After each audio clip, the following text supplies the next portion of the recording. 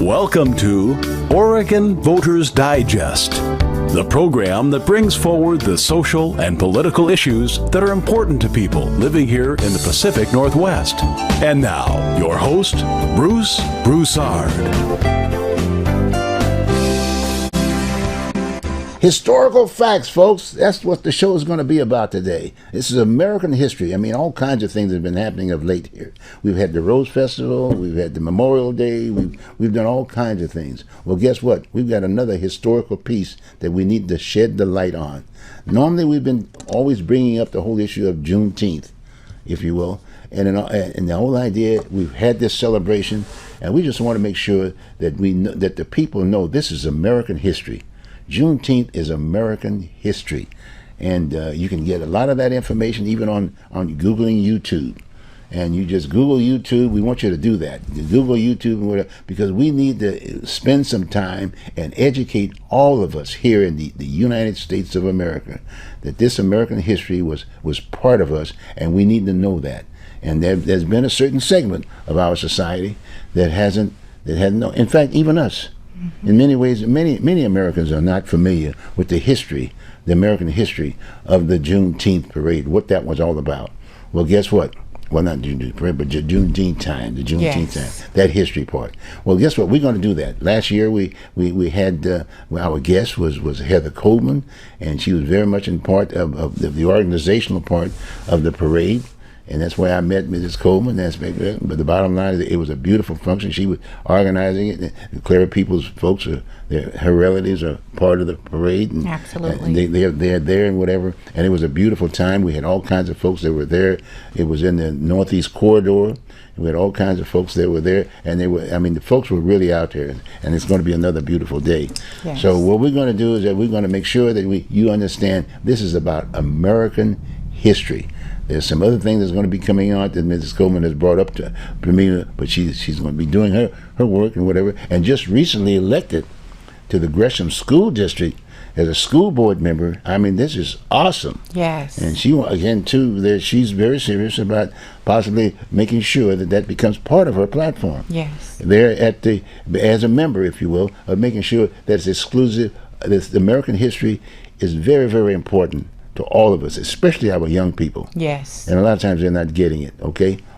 So with that, we've got her here today. We're going to spend this time now with her, and she's going to be talking about the upcoming issues and regalia and all of the goodies and whatever about Juneteenth this time around for 2025. Yes. Welcome. Thank you. Okay, good. And we're going to let her do most of the chatting. How's that? That sounds good. Every so often I'll interject every so. Is that okay? Yes, okay, absolutely. Good. All right then. And if you notice, I've got my migrate on. I've got I'm a lifetime member of the Buffalo Soldiers Association, and I'll let you know that you can see me. I'll be part of the parade and part of the activities for that matter. But you'll be able to see me in full uniform of the Buffalo Soldiers. But in all due respect, Buffalo Soldiers are everybody. Yes. Everybody.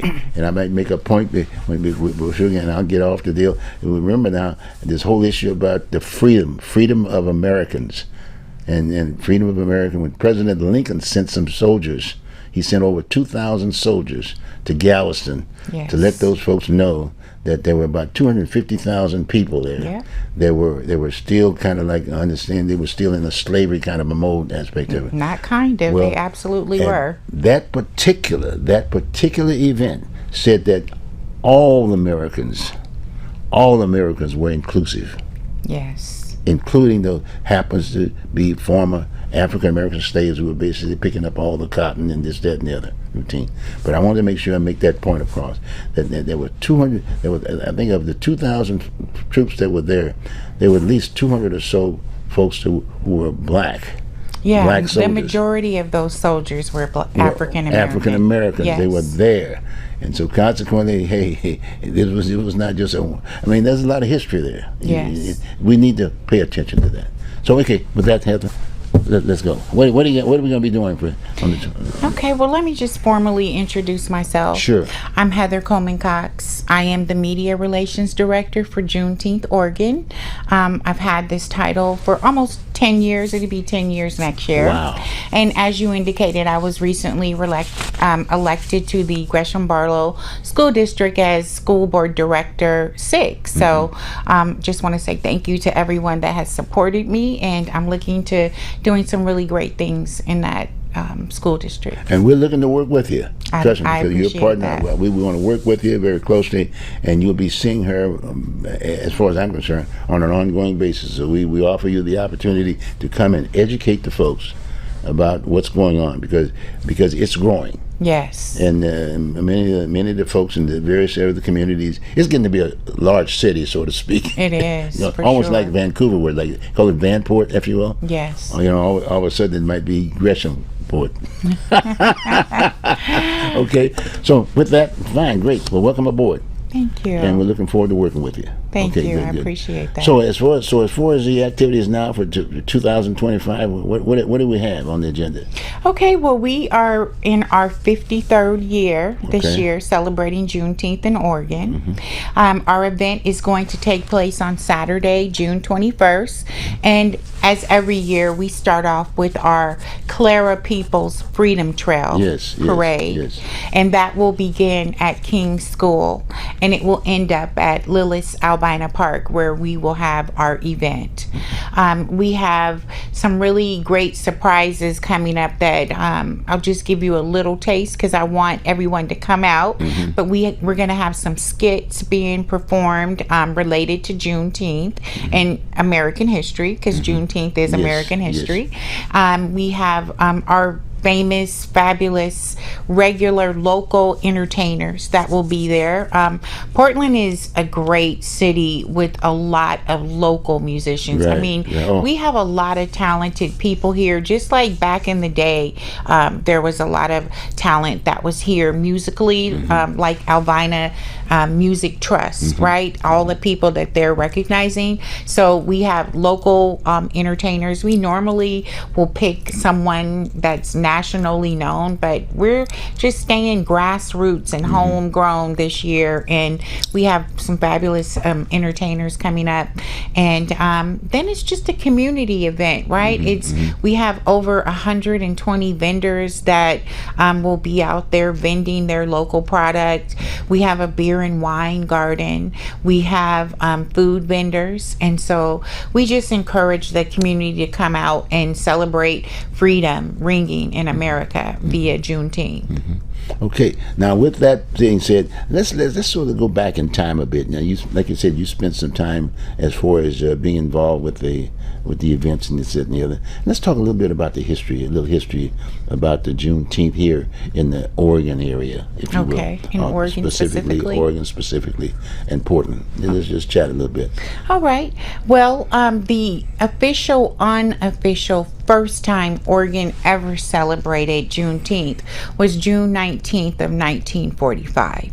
This is when Clara May Peoples, who came from Muskogee, Oklahoma, she came to work in the Kaiser shipyards, and Juneteenth was celebrated in Oklahoma, her city where she came from, the state and city where she came from.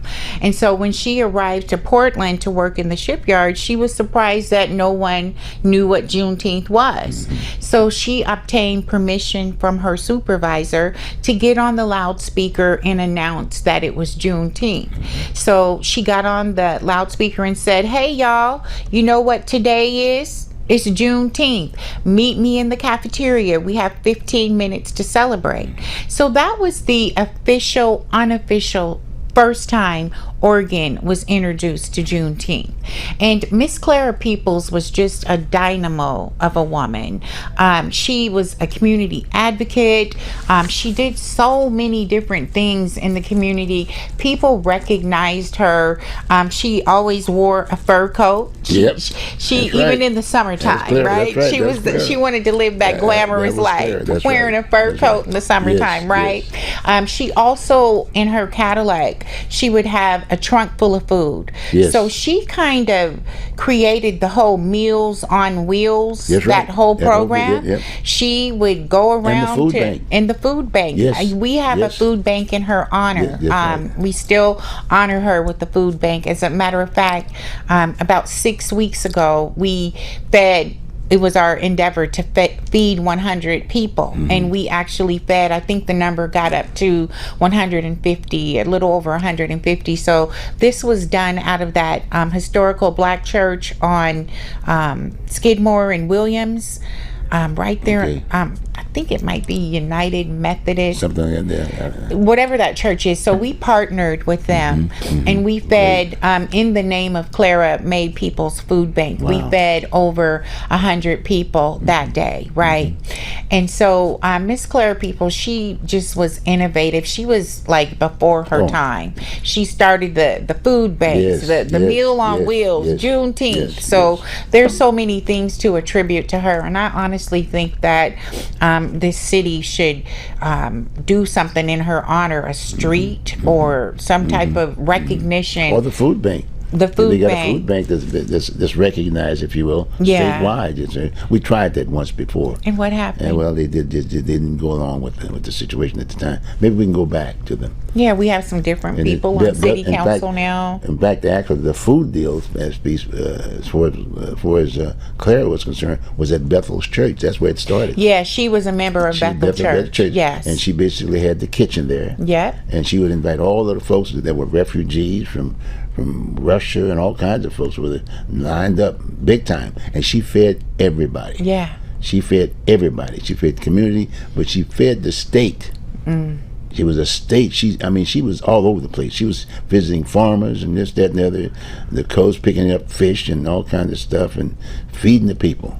See, she, like I said, she was a dynamo, Yes, and yes. there's a lot of history about her that I don't know, just on the strength that she is my, my elder, right? So I don't know everything intricate about her, but I do know that my family went to her home to get food, right? Because she had a house on 15th and in Ainsworth, on the that's corner right. of 15th and That's right, Ainsworth, that's right. and everyone knew that Yeah. you could go to Miss Peoples Miss and Peoples. get bread or Yes, get some yes. type of staple food that exactly, you could feed your family. exactly. So just all the wonderful things. I remember personally going there with one of my siblings, Mm-hmm. and so all those things about her, as in addition to what you're telling me, her going to the coast and getting Oh, fish, oh, her working, she- going to the and the farmers. farmers. Oh, she's- I mean, this is all new loaded to up. me, Oh, and yes. I'm not surprised, however, yes. Oh, yes. because that's the type of person She was- that that's she who she was. was. She was. And so that's why that recognition is even more important,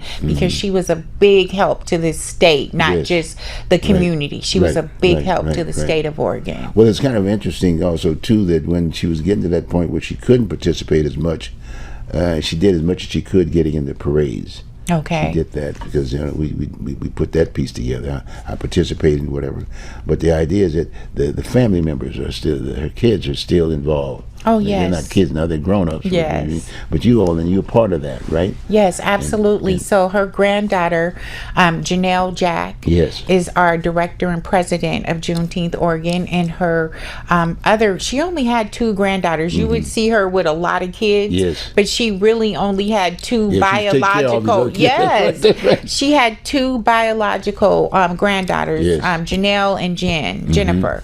So Jennifer is our vice president. Yes. Our in Marsha Peoples, Jack, her Yeah, daughter, yes. she is our treasurer and our secretary. So great. they're all still very much aligned and connected to keep Miss Clara Peoples' dream alive of Juneteenth. And I was fortunate enough to join the board of directors as the media relations director. Yes. They're all shy, Yes, don't want to be yes, on the yes. camera. So I'm like, I'll do it. And so it just all worked out. You've done an excellent job with that bullhorn. Oh yeah, You did- I'm out you did- there you did a making job. sure that we start at 11 It was and excellent. yes. It was excellent. It was excellent. Thank and you you. had all sorts of participants there. Oh yeah, our parade has grown. I started in 2016. We had maybe 200 people in our parade. parade. Well, as of last year, we were in 2023, 2024, and we're on track for 2025 to have nearly 1,000 people in our parade. So it has grown by leaps and bounds over the last few years. I might add also too, the mayor always participated in the parade, but unfortunately, I think the last mayor was Sam Adams. Actually, the one before Keith Wilson, Ted Wheeler. Ted was involved, wasn't he? Yeah, he came out and read the proclamation at the actual event. Was he in the parade? I don't believe he was in the parade, but he did come. Yeah, he was at the event, and he did read the proclamation. But I noticed you've always reached out. Yeah, we do reach out to the governor's office and the mayor's office and invite them. Open up that this is a freedom trail parade. Freedom Trail. So you're free to participate, history, right? Everybody. Yes. And even with all of the issues that we're having today, for that matter, I know that the Hispanic Americans, Mexican Americans, if you will, are having issues now. Oh, yes. With the whole issue of illegals and this, that, and the other. Disappearing It's a tougher situation aspect of it. Sometimes I think about, we brought that on to ourselves. We should have solved those issues early on, as opposed to going where we are today. Yeah, being reactive instead of being proactive. People are pretty well fixed right now. You know, they've got homes, they've been born and raised, all kinds of things. So that's another issue that we can talk about. But the bottom line is that they are part of this country. Yes, for sure. And it's very, very important. I'm saying that because, in all due respect, there has been a sort of a migration of many Mexican Americans, even in the Gresham area. Yes. From Northeast Portland. Yes. In blacks, the same thing, African Americans and whatever, they're just basically being pushed that way. Exactly. And so that's something that we need to talk about too, from the standpoint that, again, we got to get to that point where we got to understand we're all here together. Yes. And that's what I'm making that point because just like, if you will, the Juneteenth, the celebration aspect of it, it's always, from a historical standpoint, it's always been kind of like a black situation, but it's not. No, it is definitely This is American history. It is definitely American history. I'm bringing little excerpts of it, but it's very, very important that people remember. And as far as I'm concerned, after COVID, a lot of folks were in homes and whatever, and they were all looking at TV. Yes. Well, here's an opportunity for you to look at TV. Google YouTube on Juneteenth. They've got all kinds of information and how people have participated through the years, if you will. But now we need to get to that second venture. We've got to put it in our education system.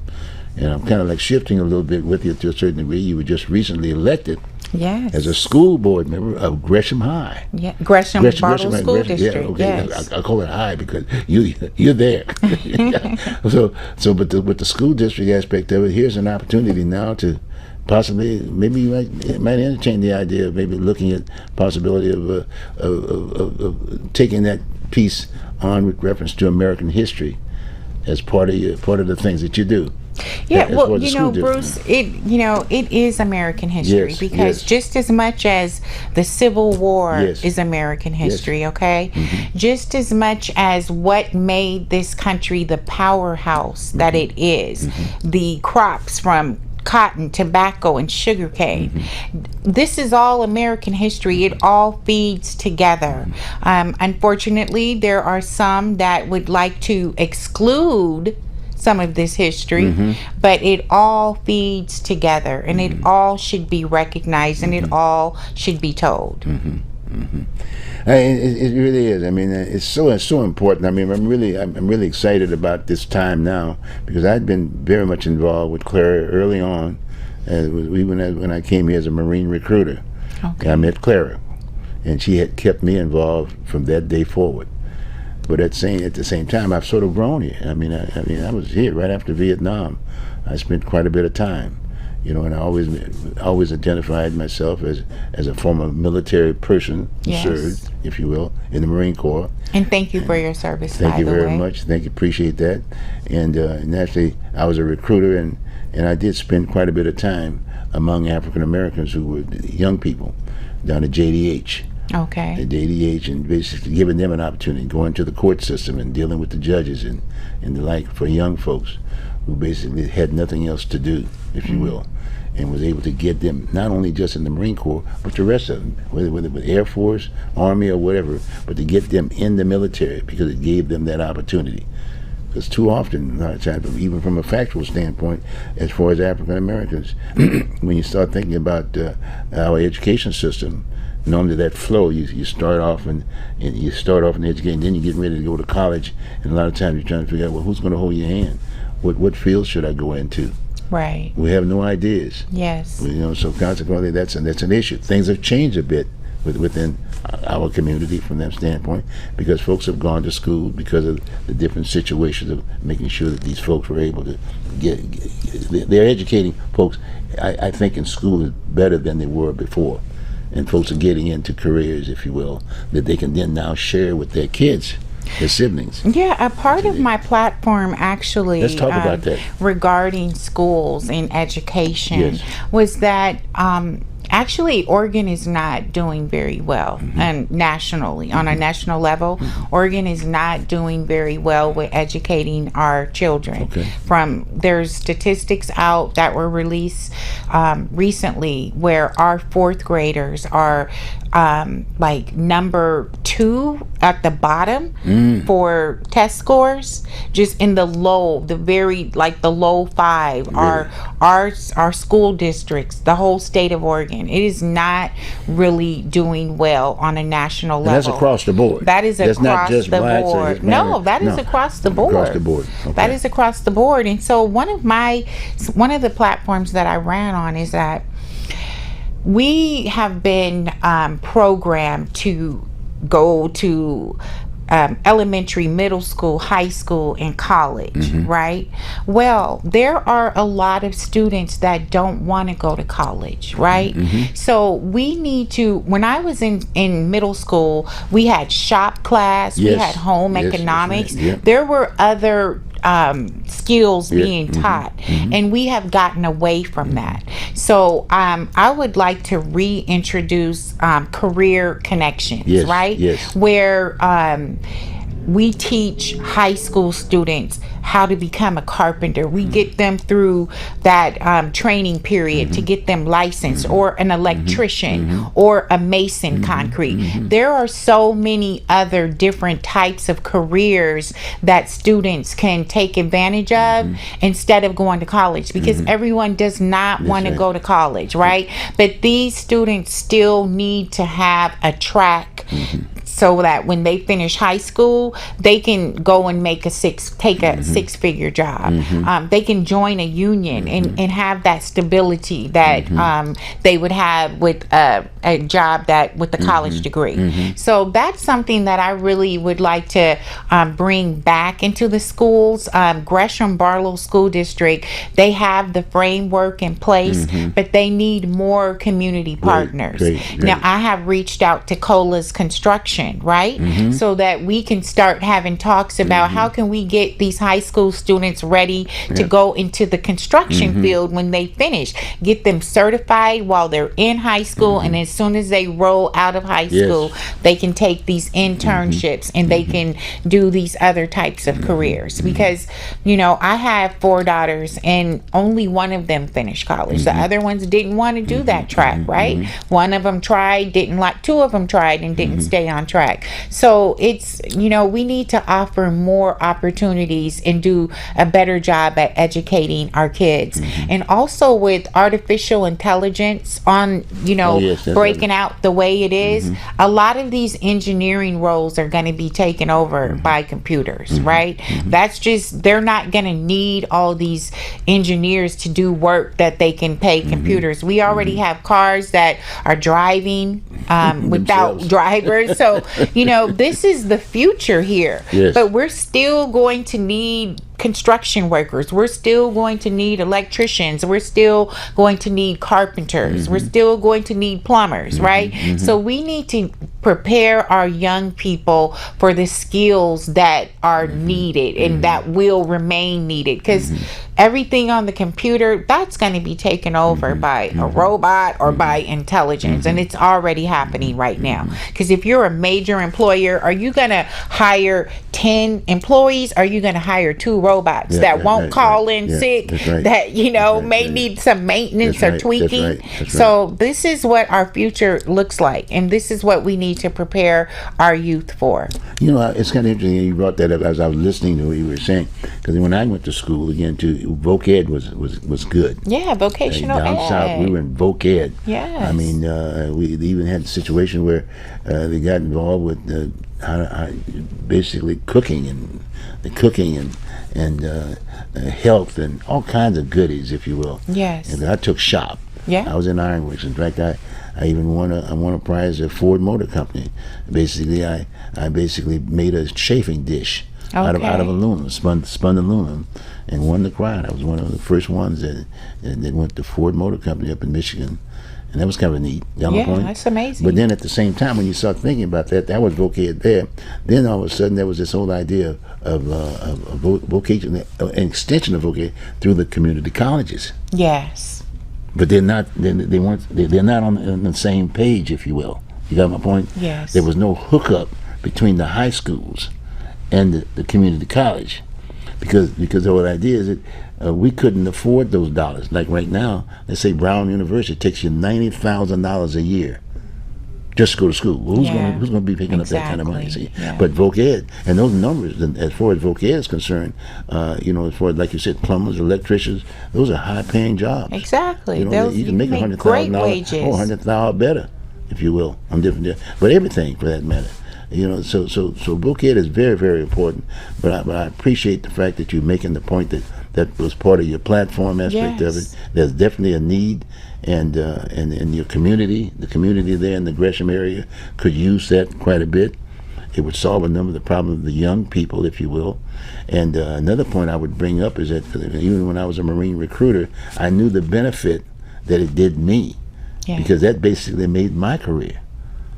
Because that extended to me, and there I was. I didn't recognize it at the time. Right. But here I am today. I wouldn't be sitting here today, and I'm successful in my own right, because that was my career. Exactly. You got me? But I was able to look at other areas and I spent some time in different areas, but I always came back to the core. Okay. The core was always there for me, so to speak. And so it's a very important piece to do that. And then a lot of times I think about these young people today. You know, we used to have the draft system, and there was kind of a push that if it was a draft, that meant that you could join any. You basically get drafted, Yes. or you could join these other services, whether it be the Air Force or the Navy or this, that, and the other. But a lot of times, if you're drafted, they'll just put you in one of these, or whether it be the Army, in most cases the majority. Yeah. Got my point? But now there's no draft anymore. Right. You see what I'm saying? And so now, since there's no draft, you think about all these young people that they're being called gang members and whatever. That's where I was. I was reaching out in that arena Okay. and That's giving great. those young people I'd get to them and take them to that track. And even to this date, it's kind of neat. Every so often, I see folks on the streets or whatever are basically successful in their own rights and recognize the fact that I got them on that track.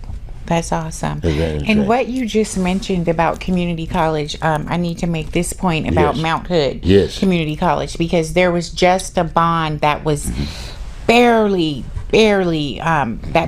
passed. Mm-hmm. I think it was like 52 Wow. 52% of the people, just barely half of the people, passed this bond. Now, Mount Hood Community College was built in 1966, so it's 58 years old and never went through a renovation. I mean, everything there was old, ceiling falling apart, their security system, just all these different issues. And so finally this bond has it passed. passed. Yeah, ballot measure 26258. Great. It passed, right? Fantastic. After 3 failed ballots, it passed. And so Gresham Barlow School District and Mount Hood Community College, they do have a program where kids, high school students, can take courses and earn community college credits. Yes. You know, so I also want to foster that Bring program on. Yeah, even let's more, do that. right? Yes, yes. Because again, like some kids, they're not going to do a 4-year right. college, Yeah. but a 2-year vocational Yes. college or Awesome. something like Yes, that. Yeah, yes. they're going to be very excited about that. One of the problems in our school districts is that absenteeism, believe it or not. Yeah, of course we have budget problems, but it's absenteeism. We are not teaching these kids, we're not getting them excited about what they're learning. They're not excited, they're not, they don't want to come to school because it's like, okay, school, but What we does it need mean? to get, What are you talking about? I don't even know what the teacher's talking about. Exactly. And we need to get our kids excited. yes. We need to make the curriculum Yes. exciting for them to want to come to school. I mean, I was a kid that loved school, right? I loved learning. I still do. I always will.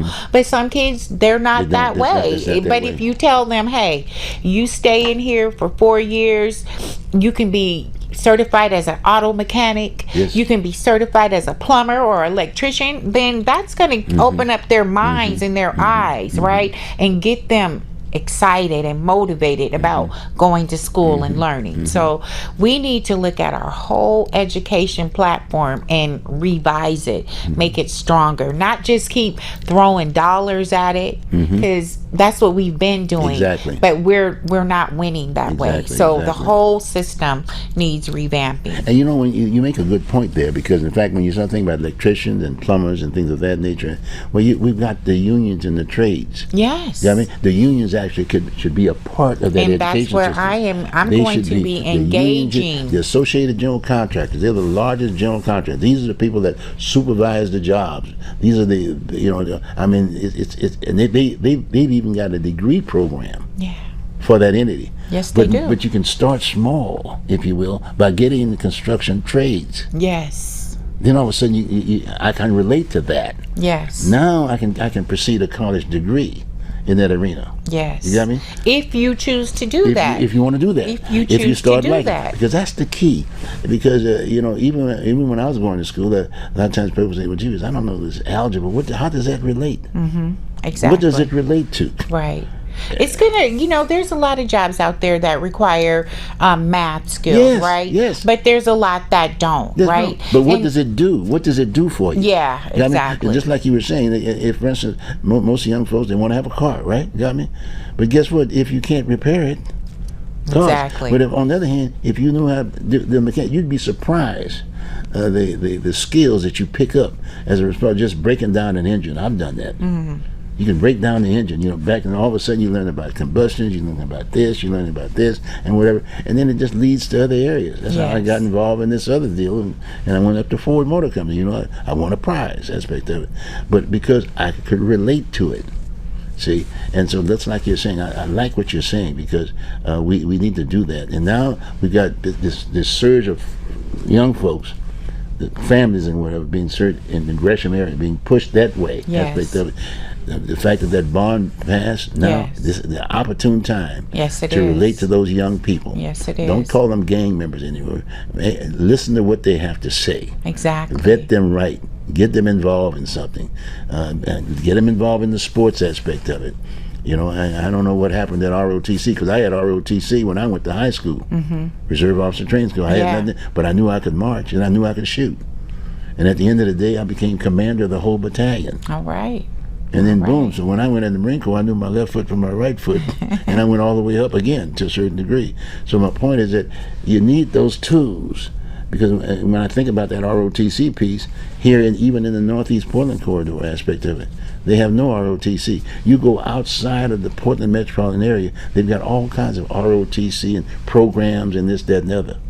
Yeah, and I want to back up a little bit to what you said about unions, because one of my endorsers was UFCW, Yes. United Food and Commercial Workers, and specifically Local 555, which was the Western States Carpenters Yes, Union. right. So I put my bid in for school board director, and they contacted me. Awesome. And they were like, okay, they gave me a list of questions to fill out, right? About how I felt about different things, unions and everything. And so I sent it back in, and they reached out, and they were like, well, we want you to come in and we want to interview you, right? And so I'm like, okay, great. And so I go and I walk into the room, and there's about 20 people sitting around this table, right? And I'm at the top, and just alone, and the head of the union is like drilling me with all these questions, right? But they have a program where it's called Career Connections, I believe, and they take high school students. They teach them about carpentry. They get them certified. They do all of that. And so when they finish high school, they can go as an apprentice in the carpenter world, in the carpenter arena. They can be a part of a union, right?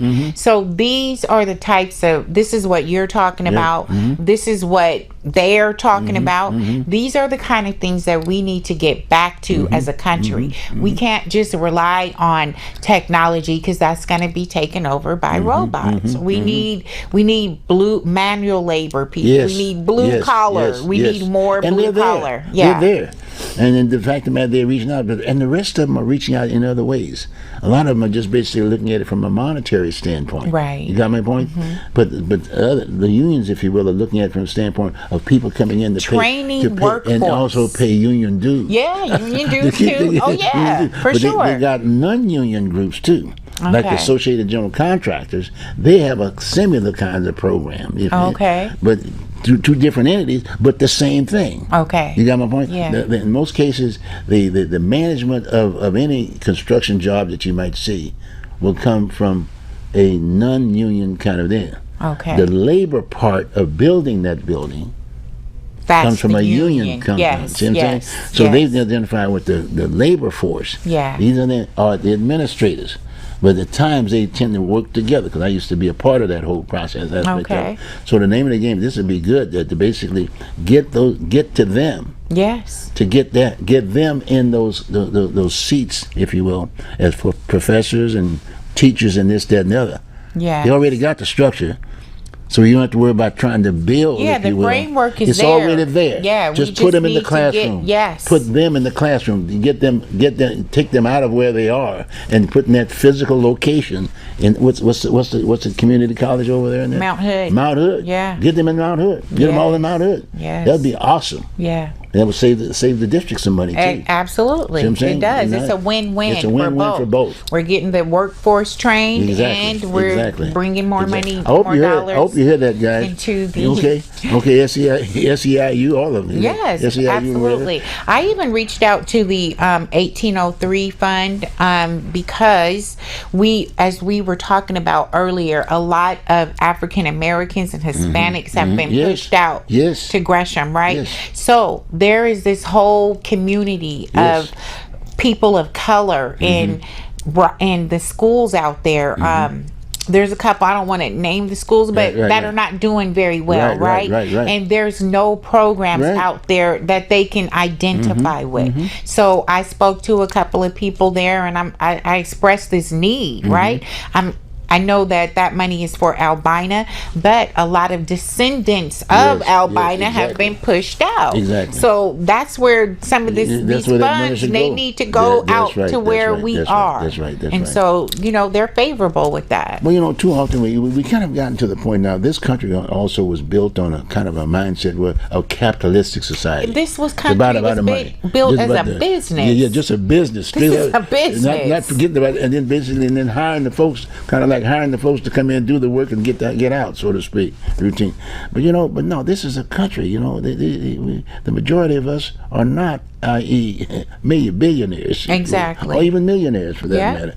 In fact, we are, but it has a capitalistic kind of a society. It's a business kind of a deal. We got to get back. This way we can build up families again. You know what I mean? Because a lot of the young folks don't have families.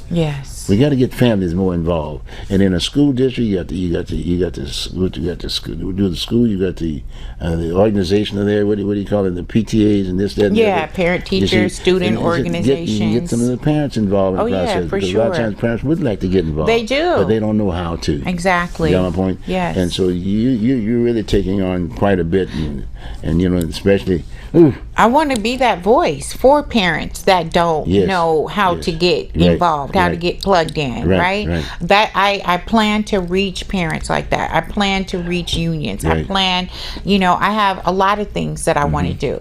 But I'm not going to be for lack of a better word, ignorant to Right. what the status quo is Right, and what the exactly. structure is, That's right? right. Because I'm coming in with innovation, right? And you got other members there. See? Yeah, there's You're 6 education. other members and there. It's a sharing aspect. Yeah, of it. and my you point? know, we have to vote, and, That's and right. everyone has to agree. That's right. And That's right. that's That's how right. That's things right. get changed. That's So, I'm coming in against a status quo, Yes, right? yes. But they have to look at numbers and see that we're not doing well. Yes. So, what do they say? You're insane if you do the same Yeah, thing exactly, over and over and exactly. think Yes, you're going to exactly. get a different result. Exactly. No, you have to Yes. change to Yes, get a different yes, result. yes, yes. So. Because like I said, in most cases, these folks are elected to office, and all due respect, they're employees of the masses. Exactly. A lot of folks don't understand that. Mm-hmm. See, and a lot of parents don't understand that. And we're looking for innovative folks like yourself, if you will. And I'm sure that these other entities that are already there, hopefully they will share their platform, their track. Yeah, we'll see. What is their track? You know, Yes. what do they bring to the table, so to Exactly. speak? That's the key. What do you bring to the table to respond to the folks that you're representing? Exactly. And, I'm looking forward to working with all of them and, just bringing my flavor in Yes, and, yes. and Oh, I just think it's seeing great. how we mix. And like I said, how we mold. I'm sharing the table here. Yes. Bring them on. Maybe one or two of the other members could come on, and you guys can educate. Yes. We can educate folks. Yes. Because it takes us all. Mm-hmm. It takes us all. It just can't be just an I thing. It's a we thing. It is definitely It's- we. it's a- There's no, what did they say? There's no I in team. That's right. There's no I in team. Well, let's spend a couple more minutes. I'm trying to get this viewership on our time aspect of it. I want to make sure Okay. that we spend a little bit more time on our Juneteenth Oh activity. yeah, piece aspect of absolutely. it. I'd like to go actually on. speak a little bit more about Juneteenth because now, for the past 5 years, I've gone out to different companies and given a Juneteenth presentation. Right. A lot of companies, which I'm very happy, they'll reach out and say, "Can someone come and talk to us about Juneteenth?" And we want to educate our employees. So that's picking up a lot now. And so each time that I always try to learn something more to give to the people. And so every year I'm learning more about American history, about the Civil War, about slavery, about Juneteenth, right? And so I love sharing this information. One thing that I found is a big misconception that people have about Juneteenth is that Juneteenth or the Emancipation Proclamation freed all the slaves, and that's just not true. It's a big misconception because when Lincoln put the Emancipation Proclamation together in order to cripple the economy of the South, he freed their slaves, but there were 5 states that were in the Union at that time: Delaware, Kentucky, Maryland, Missouri, and West Virginia. They were allowed to keep their slaves because they were not in rebellion against the United States, right? They didn't join the Confederate States, but they had slaves and they were allowed to keep their slaves throughout the Civil War. It wasn't until the 13th Amendment that freed the slaves. That's when all the slaves were freed.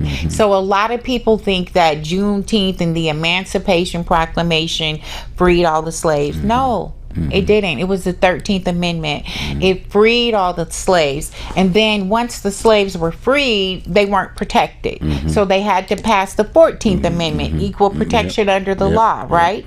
So, and then also there's that clause in the 13th Amendment where it says, thereby except for form of servitude. Like the 13th Amendment, it freed the slaves, but they intentionally put this clause in there that said, unless you break the law, I'm paraphrasing, unless you break the law, you cannot be forced back into being in bondage, right? Okay. So the 13th Amendment, that clause, all it did was reinvent slavery to the new word, prison. Okay? Because African Americans are disproportionately in prison, sentenced to prison. So that is just another way that they allow, because you know the southern states were up in uproar about having to give up their slavery, having to give up their slaves Their money, money, their money, yep, their right? money. Give them money, So yep. they were like, okay, the only let's- way we're gonna agree to this Yeah. is if we have this little clause in there. Well, you know, once that clause was in there and the slaves became free, they were getting arrested for standing still. They were getting arrested for looking, you know, the black codes Wow. came, Yes. you know, the southern states instituted the black codes.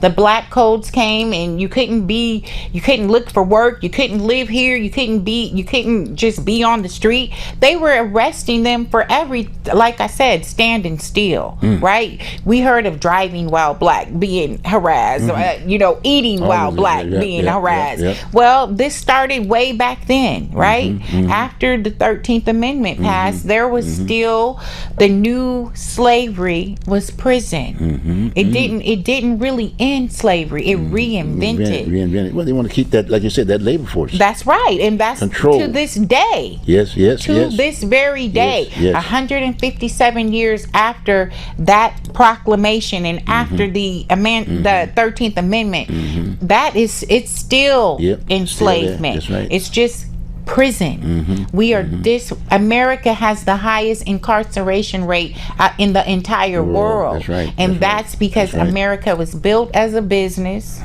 and it's used to free labor to make these billionaires and these millionaires. Yeah. Okay, and so it's still being practiced. It's just reinvented. It's prison now, and that's where we are highly populated. We are disproportionately sentenced to prison, and they are getting that free labor, or they're getting labor for 5 cents an hour. Okay, that is still going on. So, and also I'd like to bring up that whole term of 40 acres and a mule. Okay, Before you get on that particular point, then one other point we're still talking about American history. this is And how that history America that you just shared, became what you the just powerhouse. shared, that should have been taught into the schools. Yes, We wouldn't have been talking about this today. if we would We would have been inclusive of everyone. Yes. Everybody has an opportunity. As I want to say, you can go out and buy. If things had been that way, then if you want to go out and be a millionaire overnight, a millionaire, whatever, go out and buy your lottery ticket.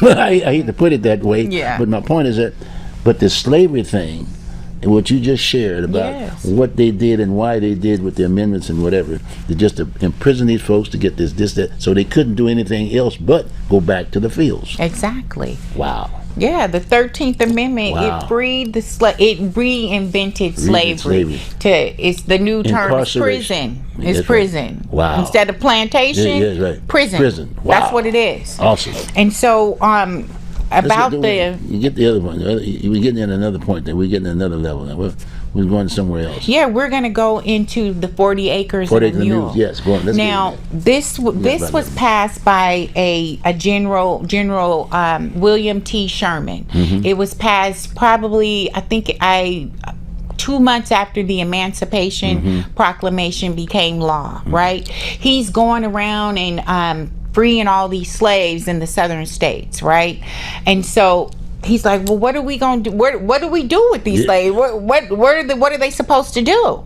So General Sherman, and the Secretary of War at that time, his name escapes me, and 40 business leaders and ministers in Savannah, Georgia, they had a meeting. And the ministers and the business leaders, the African American ones, they said, give us land, because they're like, how do we help you guys? And they said, well, give us land, we can do our own thing, we can build our own economies, we can do that. That's what they were doing. And so they said, okay, Yeah, we're gonna do that. yes. This is General Order number 15. Okay. And so they took 400,000 acres of land from Charleston, South Carolina down to Florida, and they said they separated it in 40-acre plots. That's the 40 acres, right? And so, which wasn't a part of that agreement, was the mules. Yes. The mules came from surplus army mules. That's They were like, the tractor. yeah, that they needed The they machine. mules too, That's right? But right. that wasn't a part of the agreement. This General Order number 15, it did not include the mules. It Wow. only included 400,000 acres worth of Confederate confiscated land, right. and to be broken up into 40-acre plots to history. give back to the slaves, To the slaves, former yeah. slaves, Yeah. right? So that was happening until Lincoln got assassinated and right. Andrew Johnson came in. Andrew Johnson reversed all of that. He reversed, right. and that would have been our opportunity Yes. for economic Yes, wealth, yes, for yes. generational Yes, wealth. yes. That 400,000 acres that they were separating, that would have been an amazing way for us to be, where we should be today, right? Land. Yeah, That's how you make money. Land, real estate. So when Andrew Johnson came in, he reversed all of that. Because he was vice president. Confiscated the land. He gave it back to the former Confederate slave owners, gave them, after the freedmen came and cultivated the land, got it all ready, he went back and reversed that and gave it back to them. Wow. So, American history. American history, right? This is what was done in America on American soil, right?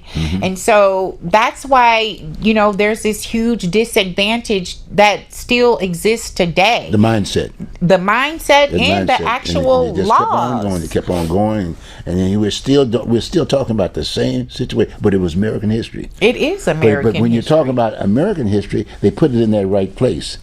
It kind of sort of like says, okay, fine, American history is kind of, in order to go anywhere, you got to know where you've been before. Exactly. To go forward, right? Yes. So to speak. So that, but on the other hand, in all due respect, as far as the slave was concerned, that was never the issue. No. But had they been talking about American history, just like what you just shared, Yes. people would reacted to that. Exactly. They would have. They would have reacted. But some of those individuals during that particular time were white slaves. Yeah, they use poor whites. Yeah, poor whites. They use poor whites also, you know. So America really became a powerhouse based off of, first of all, they come over here and they take all of the land from the indigenous people. Exactly. They with broken treaties, mass murder. Then they bring Africans here to work the land and the sugar cane, the tobacco, and the cotton. Then, America did have a strong war, military. They're military, number one.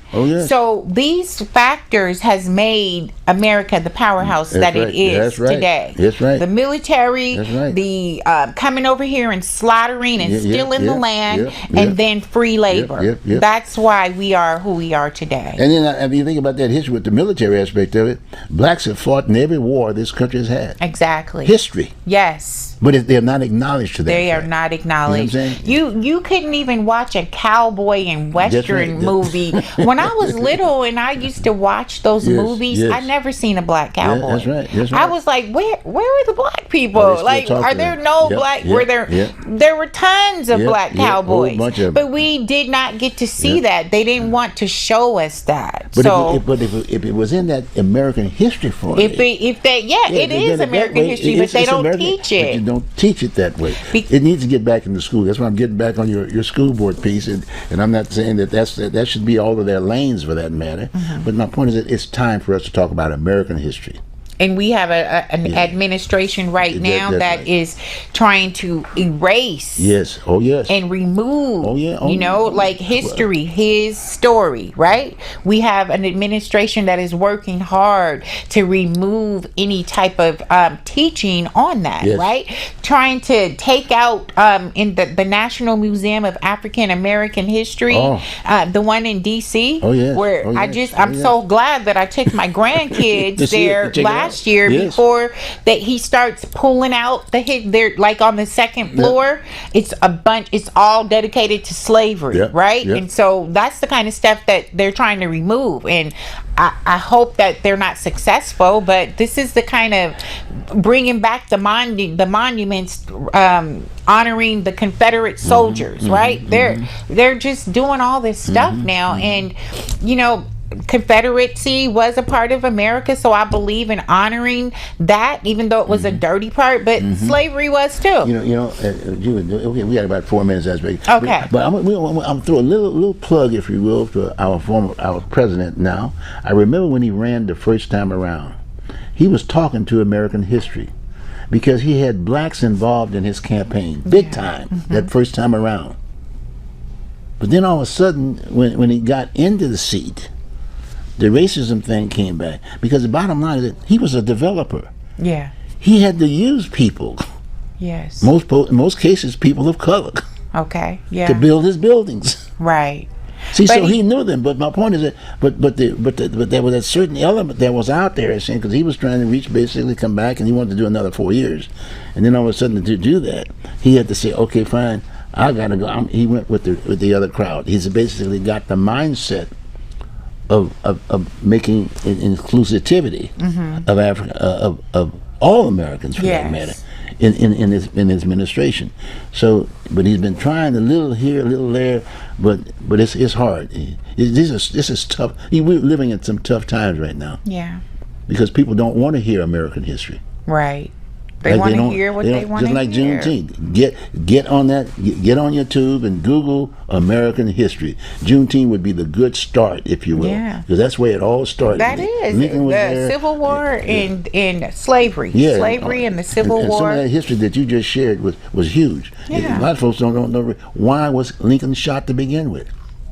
Well, we know why. Yeah, no, but my point is that that's American history. Yes, it is. We have to go back to where we started this stuff, to be able to react to it, because people aren't going anywhere today. Right. Yes. I mean, I think about all of the Hispanics that are being going. Guess where are they going now? To Out. the institution. Yeah, they colored people of color. Yeah, that's right, people of color. So we're in chaos, and we don't have that many people here in this Well, country. you know, I'm a big proponent for Africa, and I have my see my time foundation there and all that. Good. We're okay. But look, we got more to talk about. But I We guess, do. But we got this parade to go, right? Yes, we Okay, do. Saturday, June 21st. Yes, 21st. 11 a.m. King School. We're gonna go north down. South down Martin Luther King and end up at Lillis Albina Okay. Park, and we'll have our event there. Okay. What phone number can they get other information? They can go to JuneteenthOR.com. JuneteenthOR.com. Okay, JuneteenthOR.com. Yes. And you can get all the information back. We've been talking about a lot of other things, but it's good too. Oh, yeah. And please share it with the rest of your folks. Yes. Share it with your neighbors and whatever, and be out there. And if you want to see me in full uniform and Yes. her with her bullhorn, hey, guess what? You can catch us on this deal, and we'll probably do another show right afterwards. Yeah, that would be great. See if we can Yeah. see if we can get our own media folks over here at Open Signal to maybe do some things and maybe take some shots of it, and we can talk about it. That would be Okay, great. good. I would love that. Well, we'd like to thank you very much. Thank you very much. I'm sitting here, the clock is behind the scenes. It looked like we have another minute or so. That's as good. Okay. Okay. So again, Which like clock are you looking at? it's behind the camera here that I can't Is see. it the one Yeah, 146? Yes. Oh, the minute, the one at the top. Okay, So I tell we're you, counting I'm down. gonna let you look at that, the countdown. Okay. Well, we do.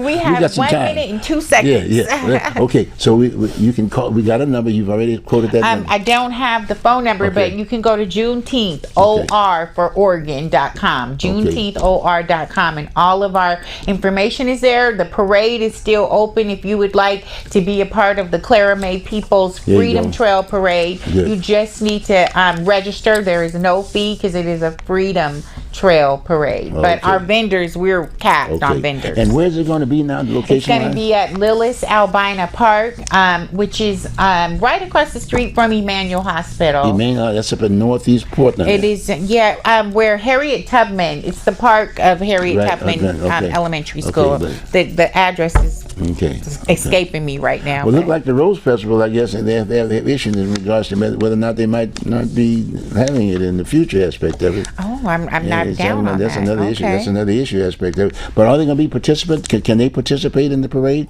Any from the Rose Festival Yes. folks? Oh yeah, we've been in the Rose Festival parade Right, as right. Juneteenth Oregon. Yeah, Right. You've been We there. have that That partnership. Yeah, You know, 'cause so I think it'd be a good idea to have some of those floats in there at the same time. I think we might Okay, be over. we're here We're now. at 99. You're getting close. Yes. Okay. You're good.